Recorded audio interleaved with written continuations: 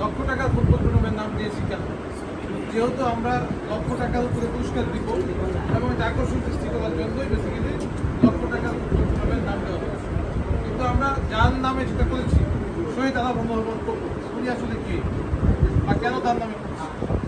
আমাদের ভারপ্রাপ্ত চেয়ারম্যান জনাব তারেক রহমান, উনি সারা বাংলাদেশকে যখন বিভিন্ন প্রেক্ষাপটে ভাবের মধ্যে ক্রিয়া নিয়ে উনি ভাবলেন, ভেবে উনি মনে করলেন ক্রিয়াকে নিয়ে ওনার অনেক কাজ করতে হবে। যার ফলে উনি প্রথম যে সংগঠনটি করলেন সেই সংগঠনের নাম হচ্ছে শহীদ আলামত রহমান কোকো স্মৃতি ফুটবল টুর্নামেন্ট 2024-25 ছিল। এটা কমিটি গঠন করলেন আমাদের হাবিবুল নবী খান সোহেল সভাপতি, আর সদস্য সচিব ছিলেন আমিনুল হক, জাতীয় ফুটবলার ছিলেন। আমি এই কমিটির একজন নগণ্য সদস্য।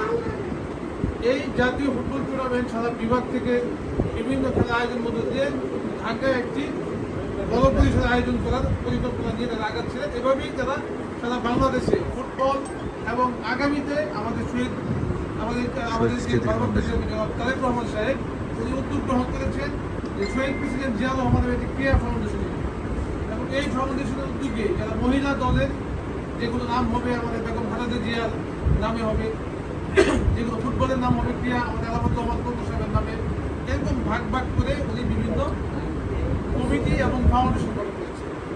আমরা তারই ধারাবাহিকতা নামে আমাদের শহীদ প্রেসিডেন্ট জিয়া রহমানের কনিষ্ঠ সন্তান ভারপ্রাপ্ত চেয়ারম্যান তারেক রহমানের ছোট ভাই, আমাদের 3বারের প্রধানমন্ত্রী বেগম খালেদা জিয়ার কনিষ্ঠ সন্তান, এবং উনি একজন ক্রীড়াপ্রেমী মানুষ ছিলেন।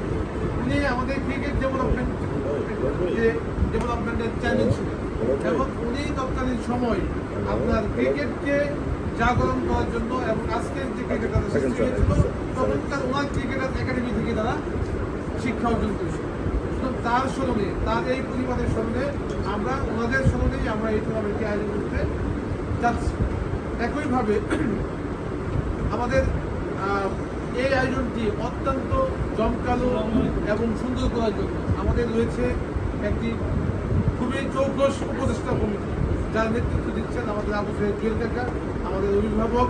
উনি পরামর্শ দিয়ে এবং আমাদের হবিরবাড়ি ইউনিয়ন সহ বিভিন্ন যারা স্পোর্টস একাডেমিতে বা স্পোর্টসে জড়িত তাদের সমন্বয়ে, তাদের পরামর্শে এবং তাদের ব্যবস্থাপনায় আমাদের একটি চৌকস আপনি যারা ক্রিয়া নিয়ে খেলা করেন তাদের মতো একটি আমাদের টিম রয়েছে, প্রেসিডেন্ট সেক্রেটারি সহ প্রায় 21 সদস্য বিশিষ্ট কমিটি রয়েছে, যারা এই সকল কাজে মানে এই টিম গঠন করা।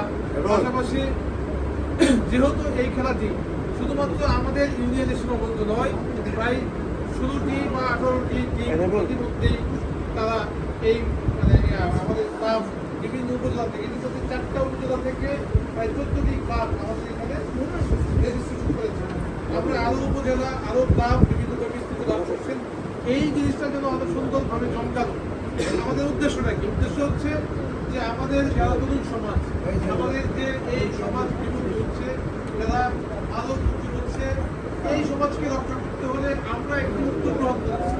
কিন্তু আমাদের যে জাতির বিবেক, যারা আমাদের সাংবাদিক বৃন্দ যারা আছে, যারা আমাদের অভিভাবক, যেমন আমাদের মানে যারা বিভিন্ন সেক্টরে আছে, তারা যদি আমাদেরকে এইসব কাজে উৎসাহী সৃষ্টি না করেন, একইভাবে তারা যদি সমাজকে জাগ্রত না করেন, তাহলে আমাদের একা পক্ষে এই সমাজকে বিপদগামী থেকে রক্ষা করা সম্ভব হবে না।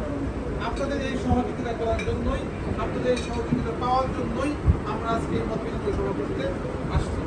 আমাদের বিশ্বাস, আমাদের এই ভালুকা, আজকের যেই ভালুকা, এই ভালুকা থেকে যদি আমরা ভালো মুক্ত করতে চাই, আমাদের সন্তানদেরকে যদি সুপথে আনতে চাই, আমাদের ভবিষ্যৎকে যদি গড়ে তুলতে চাই, তাহলে আমাদের